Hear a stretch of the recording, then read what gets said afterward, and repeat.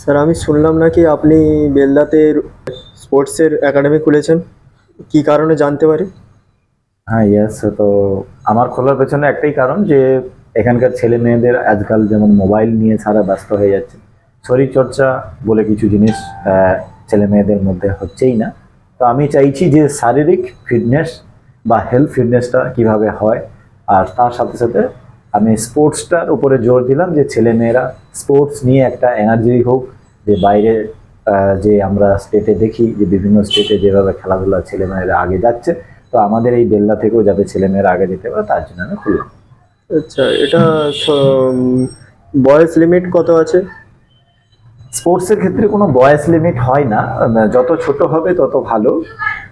Minimum 15 years নিচে নিচে হওয়াটাই বেটার, কারণ একটা ছেলে মেয়েকে প্রস্তুত করতে মিনিমাম 3 বছর 4 বছর 5 বছরও লেগে যায়। তো সেই ক্ষেত্রে আমি বলবো যে অ্যাডভাইজও করবো আমি সবাইকে যে যত ছোট বয়স হবে এখানে ইনস্টিটিউটে তত বেস্ট শিখতে পারবে। আচ্ছা, এটা ছেলে মেয়েদের সবার জন্য না শুধু ছেলের জন্য? না, এখানে বৌদ্ধি আছে, কারণ এখনকার যুগে যেখানে সমাজে সবার সমান অধিকার, গার্লস বয়েজ বলে কোনো ভেদ নেই। তো অতএব সেদিক থেকে আমিও ভেদ করতে পারি না, কারণ আমিও এই দেশের নাগরিক বা দেশের নাগরিক হনে কে নাতে আমি এটাই বলবো যে গার্লস বয়েজ কোনো ভেদ নেই, সবার জন্য কিন্তু এখানে স্পোর্টস একাডেমি। স্যার, এই একাডেমিতে কি কি শেখানো হয়? আমাদের অ্যাডভান্স স্কিল স্পোর্টস একাডেমিতে আমাদের বর্তমান যে একাডেমিগুলো করেছি বা শেখানোর যে বিষয়টা আছে, আমাদের বেলদা ফুটবল একাডেমি আছে, বেলদা ক্যারাটে একাডেমি আছে, তারপর বেলদা হুসু একাডেমি আছে, অ্যাথলেটিক্স পার্টসের জ্যাভলিং থ্রো, হ্যান্ডবল, তারপর ক্রিকেটটাও আগামী দিনে আমরা নিয়ে আসবো এরকম একটা প্রপোজালে রেখেছি। এছাড়া আমাদের সুইমিং আছে, ক্যারাটে কম আছে, এসব নিয়ে আমাদের একটা একাডেমি করা আছে। শুনলাম এখানে ফুটবল এবং রানিংও হয় না? হ্যাঁ, আমরা আমরা রানিংটা অবভিয়াসলি প্র্যাকটিস এই কারণে করাই, কারণ ছেলে মেয়েদের রানিংটা ভেরি ইম্পর্টেন্ট। কোথাও কেউ ধাও করলে বা রাস্তাঘাটে কুকুর, তারপর ষাঁড় থাকে, গাই বাগেরা থাকে, তো দৌড়ালে তারা দৌড়তে পারে যাতে। তো অবভিয়াসলি রানিংটা তো থাকতেই হবে। এছাড়া নিজেকে বাঁচতে গেলে বিভিন্ন জায়গা থেকে দৌড়িয়ে যেটা যাওয়ার পরিকল্পনা থাকে, সেখানেও ওদেরকে একটু রানিং ট্র্যাকটা ভালো রাখতে হয়।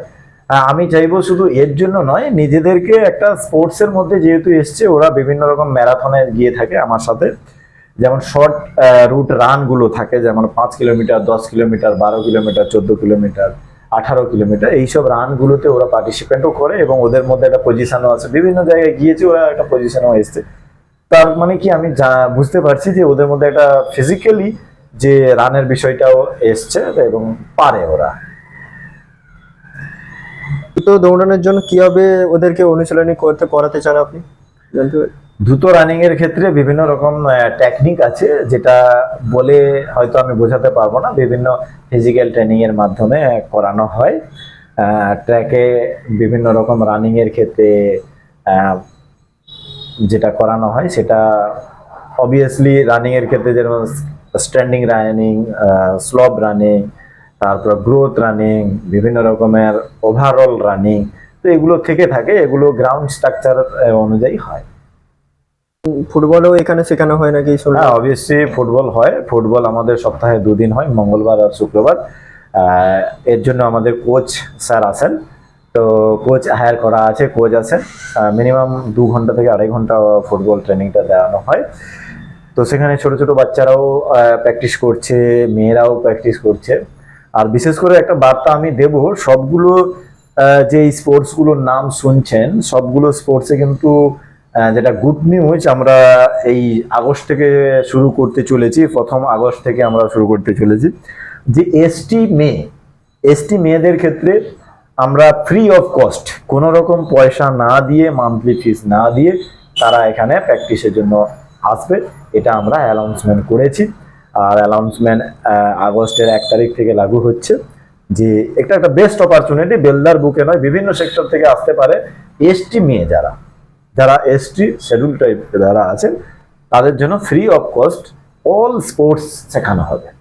আচ্ছা, এই অফারটা শুধু তো এখানেই শুনলাম, আর কোনো জায়গায় এরকম শুনতে পাইনি।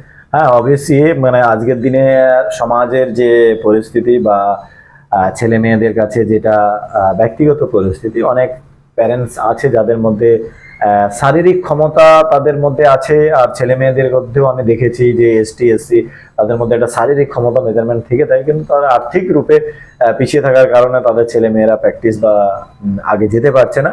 তো এই জন্য আমাদের অ্যাডভান্স স্কিল স্পোর্টস একাডেমি চাইছে যে যাতে এখানকার কোনো বাচ্চা, বিশেষ করে গার্লস, পিছিয়ে না থাকে, তারা এগিয়ে যাওয়ার জন্য হামেশা আসতে পারে। তার জন্য আমরা তাদেরকে একটু চেষ্টা করছি যে তাদের সহযোগিতা করে ট্রেনিংটা দেই, এবং ট্রেনিং এর মাধ্যমে তারা বিভিন্ন জায়গায় তারা নিজের জীবনে সার্থক করুক, এটাই আমাদের উদ্দেশ্য। আচ্ছা, ওরা কি কোনো এর আগে ম্যাচ খেলেছে বা কোনো কিছু, বা ম্যাচ খেলতে যেতে পারে এরকম সম্ভাবনা আছে? ওরা খেলতে পারছে? অবশ্যই ম্যাচ খেলতে গিয়েছে, এর আগে আমাদের গার্লস টিম গিয়েছে, কালিয়াপাড়া ফুটবল মাঠে খেলতে গিয়েছিল, মোটামুটি ভালোই কোয়ালিফাই করেছিল। এছাড়াও আমাদের মেয়েদের ক্রিকেট টিম আছে যারা ক্রিকেটও খেলেছে খুব সুন্দর। বিভিন্ন জায়গায় প্রতিযোগিতায় যায়, ভালোভাবে চ্যাম্পিয়নশিপ নিয়ে আসে, এটাতে কোনো সন্দেহ নেই। বেস্ট গ্রোথ আছে তাদের। আচ্ছা, এখানে ক্যারাটে, হ্যাঁ, ক্যারাটেটা সম্পূর্ণ আলাদা। ক্যারাটেটা হচ্ছে আমাদের সেলফ ডিফেন্স ট্রেনিং এর আন্ডারটেকিংয়ে পড়ছে।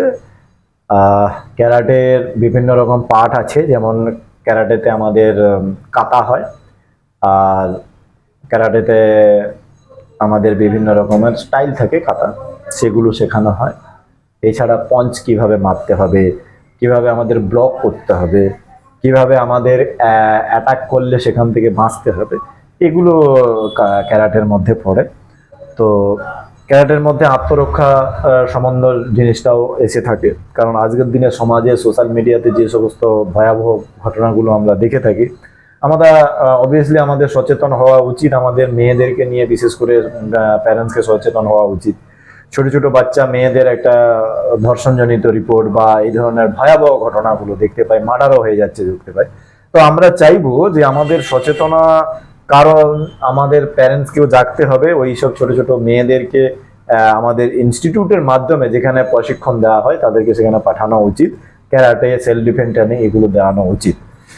দ্বিতীয়ত আমাদের হুসুর কথাটা বলা হলো। হুসুটা হচ্ছে ইন্টারন্যাশনাল অলিম্পিক স্পোর্টস, যেটা হচ্ছে কম্পু জুডো টাইপের হয়, যেটা চাইনিজ গেম মূলত, কিন্তু এটা অল ইন্ডিয়া এখন সিলেকশন এবং অলিম্পিকে এটা স্পোর্টস হিসাবে এটাকে নির্বাচন করা হয়েছে। এখান থেকে শুধু চ্যাম্পিয়ন শুধু হয় না, এখানে এখানে বিভিন্ন রকম সান্ডামিন্স ফাইট হয়, বিভিন্ন রকম স্টাইলিস্ট প্রোগ্রামগুলো এখানেও আছে, এখানে বিভিন্ন রকম হয়। তো এগুলোর মধ্যে সব থেকে বড় জিনিস যেটা আছে, লুকিয়ে আছে, যে আমাদেরকে এনার্জেটিক, আমাদেরকে সেলফ মানে কন্টেন্টকে ক্রিয়েট করা, বা আমাদের মধ্যে একটা সেলফ একটা ফিটনেস নিয়ে আসা, বা আমরা কিছু জিনিসকে, যে এই মুহূর্তে যেমন ভয় পাচ্ছি, বা আমরা কিছু করতে গেলে মনে হয় মনে হয় আমাকে লেগে যাবে, কি আমি এদিক থেকে দুর্বল হয়ে পড়ি। তো এদিক থেকে খুব স্ট্রেংথ পাওয়ার এখানে পাওয়া যায়। আর সব থেকে বড় জিনিস পাওয়া যায় একটা কি সেলফ মেজারমেন্টেও আসে, রেসপেক্টও আসে, একটা ইউনিটি বানে, ডিসিপ্লিন বানে।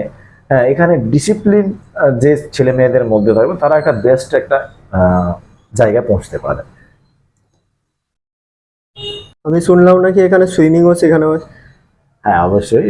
আমাদের রুডি সুইমিং একাডেমি, তো রুডি সুইমিং একাডেমিটা হচ্ছে আমাদের আজকালের ছেলে মেয়েদের সাঁতারটা একটা গুরুত্বপূর্ণ সাবজেক্ট আমি মনে করি, কারণ আজকের দিনে যে আনচাহি বর্ষা, বা কোথাও পিকনিক গিয়েছে, বা কোথাও জলে পড়ে গিয়ে মারা যাচ্ছে, বিভিন্ন জায়গায় রথের মেলা যাচ্ছে, সেখানেও দাঁতনে এই গত কয়েকদিন আগে শুনলাম যে রথের মেলা গিয়েছিল, দুজন জলে পড়ে মারা গেছে। এর আগে আমি শুনেছিলাম কুলটেগরিতে দুজন বাচ্চা পার্কের কাছে গিয়েছিল, সেখানে ঠেলাঠেলি হয়ে পড়ে গিয়ে তারা সুইমিং জানে না বা সাঁতার জানে না বলে তারাও মারা গেল। আর কিছুদিন আগে আমাদের দীঘাতে একটা শুটিং চলছিল, আমাদের যে হিরো উনিও ওই সমুদ্রের তলায় তলিয়ে গিয়ে উনিও মারা গেছে। তো আমি বলবো, অ্যাডভাইস করবো যে সুইমিং একটা ভেরি ইম্পর্টেন্ট, যে সকলের ক্ষেত্রে। আজকালে এখনকার যুগে ফ্যাশন একটা ফেস্টিভ্যাল আমরা কালচার মেনটেন করি, যেখানে বিভিন্ন জায়গায় সমুদ্র তটে পিকনিক, স্পটস পিকনিক, বিভিন্ন নদী ঘাটে বা এরকম জায়গায় গিয়ে থাকি। তো ছোটবেলা থেকে তাদের যদি সুইমিংটা শেখানো হয় বা সাঁতারটা যদি শেখানো হয়, তো আমি বলবো বেটার, কারণ এটা খুবই গুরুত্বপূর্ণ সকলের হেলথটা শুধু নয়, মানে নিজেকে বাঁচার ক্ষেত্রে এটা কিন্তু খুব গুরুত্বপূর্ণ সাবজেক্ট। শুধু এটা নয়, আমাদের এখানে যে ছেলে মেয়েদের যে শেখানো হচ্ছে, ছেলে মেয়েদের শেখানোর ক্ষেত্রে একটাই উদ্দেশ্য যে তারা শুধু সুইমিংটা, সাঁতারটা শিখবে না, সাঁতারের সাথে সাথে বিভিন্ন প্রতিযোগিতা, ইন্টারন্যাশনাল, ন্যাশনাল, ডিস্ট্রিক্ট চ্যাম্পিয়নশিপ, বিভিন্ন রকম কালচারগুলো হয়ে থাকে, এগুলো পার্টিসিপেন্ট করতে পারবে আগামী দিনে। আচ্ছা স্যার, সুইমিংয়ে জানতে পারি কয়টি ভাগ বা ওই রকম কিছু সম্পর্কে? হ্যাঁ, অবশ্যই।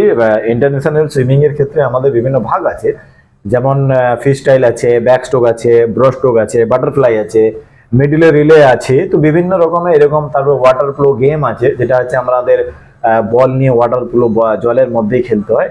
এখন তো ইন্টারন্যাশনাল ইভেন্টে এখন সুইমিং, মানে সুইমিং এর মধ্যে এখন নৃত্য করেও বিভিন্ন কালচার কালা প্রোগ্রাম দেখানো হচ্ছে। তো এটা একটা বেস্ট অপরচুনিটি আমি বলবো বেলদাবাসীদের জন্য। তো আপনি কতদিন ধরে সুইমিং শেখাচ্ছেন?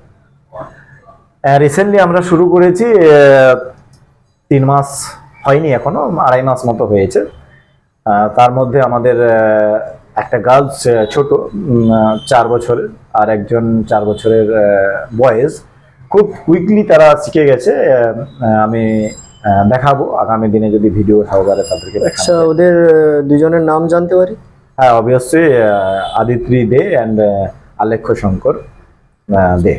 আচ্ছা, ওদেরকে আপনি শেখানোর জন্য কত টাইম দিয়েছিলেন? মিনিমাম আমি সপ্তাহে 2 দিন দেই, স্যাটারডে অ্যান্ড সানডে। তো স্যাটারডে 8:30 থেকে 10:30, 2 ঘন্টা। আর সানডেতে 8টা থেকে 11টা, মানে 3 ঘন্টা সানডেতে হয়ে যায়। তো এভাবে তারা প্র্যাকটিস করছে। আচ্ছা।